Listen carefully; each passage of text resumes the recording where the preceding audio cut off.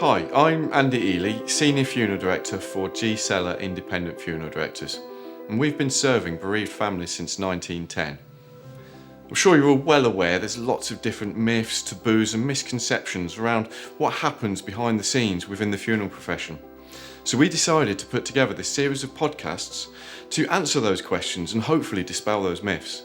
So please do like, share and subscribe and send those questions, send them to liftingthelid@gseller.co.uk and we will do our absolute best to answer them for you. It genuinely is our family caring for your family.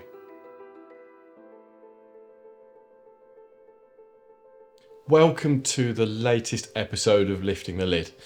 Today I've got a new co-host, a guest co-host. I've got Joseph Barsby with me. Welcome, Joseph. Thank you. Good Welcome to be back. back to the hot seat.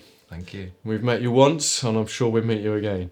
Today we are going to be talking about direct unattended cremations and exploring why funerals matter. And I think to explore this, I think we clearly need to define what is a direct unattended cremation. So Joseph, what? Yeah, there's a lot of disparities between what a direct cremation encompasses, as we both know. So a direct cremation is quite a rigid service. The person passes away, they're brought into the care of a funeral director or direct cremation provider. They're laid to rest in a simple coffin and the cremation is booked once the paperwork's all in place. So there's no chapel arrest visits, viewing, any personalisation options. It is very, very rigid. It's literally straight to the crematorium, no service. Yeah. And I think there's a lot of discrepancies between different providers. Massively. And how a person's loved one is looked after. Yeah.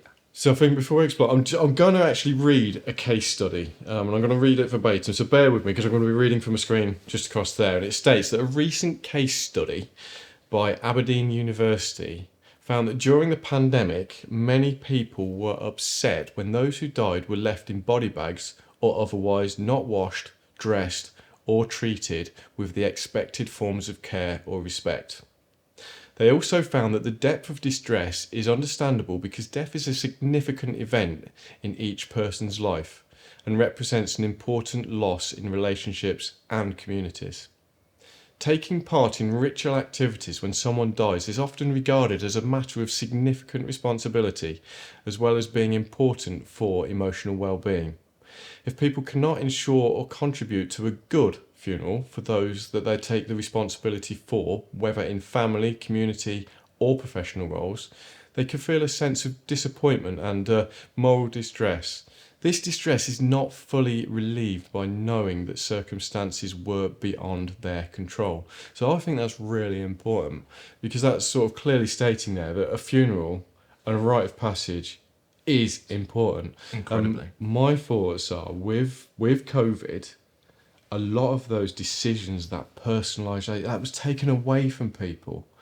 And I think that's going to cause us problems in the future. 100%. I mean, within in-house, we call it stunted grief, don't we? So stunted grief is essentially there's been a rite of passage since biblical times and Viking times.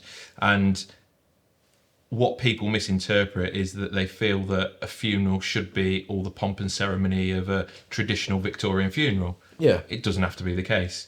A funeral can be as simple or unique as the person and the family want. It doesn't have to be what they envisage, like pigeonholed. It can be as personal as they want it to be, and that's what we at G Seller are so passionate about providing. Yeah, I think some families they perceive the simple funeral, as we put it, as being the direct unattended. But that's not the case, is it? A simple coffee, it needs to be about that individual. So subjective, isn't it? It really is. I mean, I think the understanding of that direct unattended, it literally is that. And I read a book years ago, and I genuinely never thought it would come into this country, that someone booked a cremation online and then through the post received their loved one's cremated remains. That's the extreme, that's removing away. But is it the extreme? Because some providers are very similar to that. In between, what happens? What happens to that person's loved one? And that's the bit that worries us, doesn't it? Yeah, it's not 100%. Because some families that have these buy these direct cremation plans on the internet or whatever, they don't realise that their loved one or themselves will be conveyed hundreds of miles away from their home address potentially, that they may not be washed or dressed and laid to rest in something befitting in their coffin. And we hear some horror stories, and families need to be aware of, number one, what a direct is encompassed by, what, when they entrust the person to look after their loved one, what that service is going to look like, so they know what to expect and where their loved one's actually going to be cremated. And thirdly, is that right for that person or the family in question, that sense of goodbye, is it adequate or not? Yeah. Are they happy? Are they comfortable with that? And sometimes it's just following the wishes of the individual. Mm-hmm. You know, 100%. We hear all the time, let's keep the costs down, don't spend too much money on Yeah. me. I'd rather be cremated in a cardboard box. All Yeah. these things. And a family that are taking ownership of that service, of that funeral, they feel that they're doing the wishes of their loved one by doing that. But what about them? 100%. And they So a say- funeral's as much about the person that's passed away as it is about the family that's left behind. And it's so important to consider that, because the acuteness of someone's grief is the relationship that they've had with that individual. It's not necessarily how close a biological family member that person is. A friend could be an incredibly acute loss if they sadly pass away to someone. It depends on how close you are to that individual.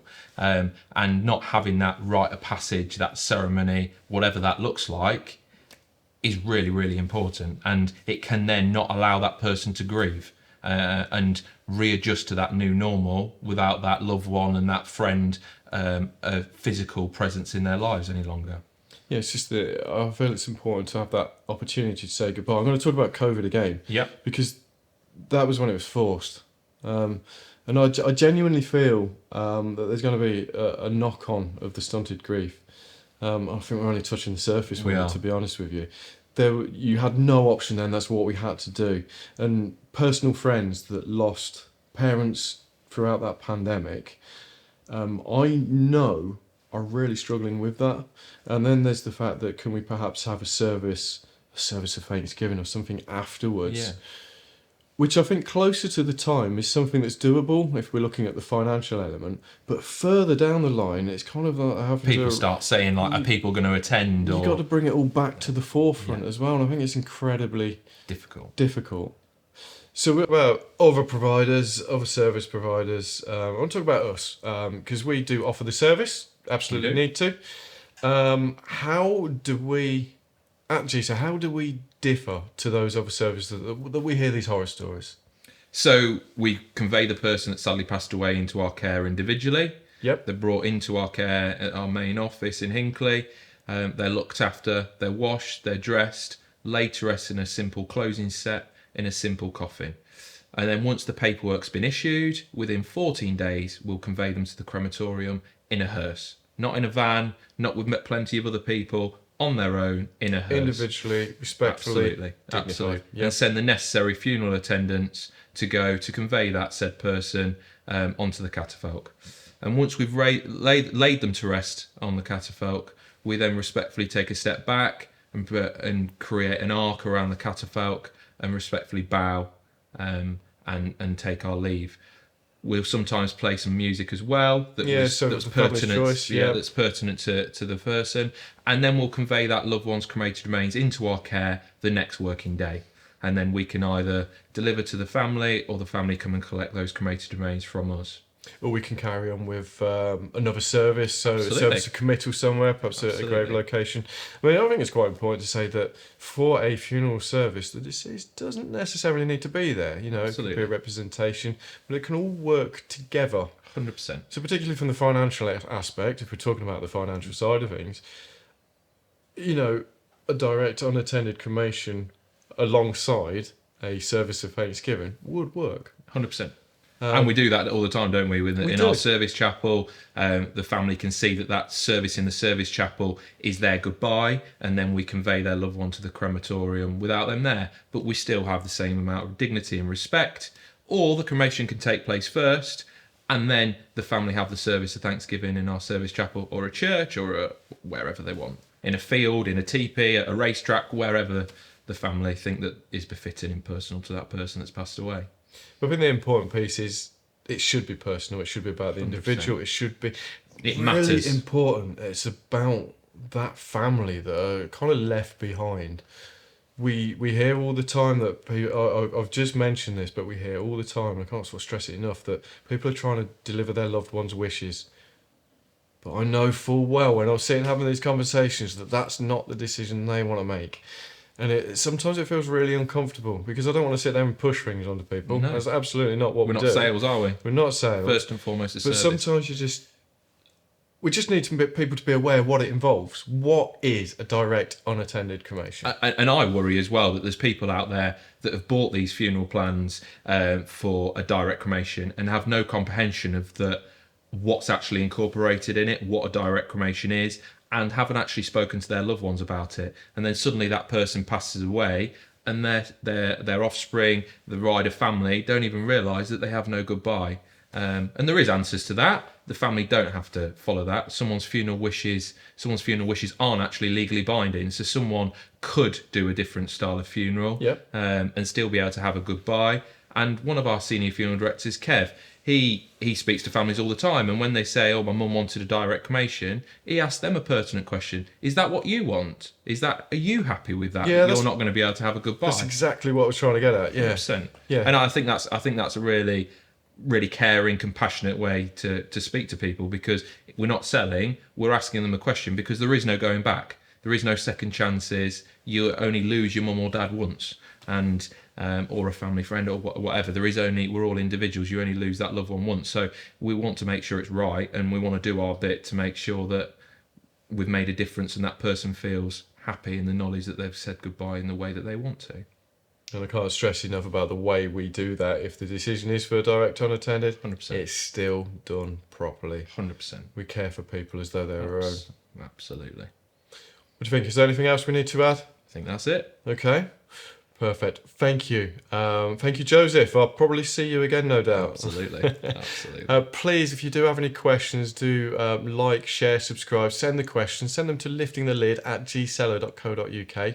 We will do our absolute best to answer them, and I'll see you next time.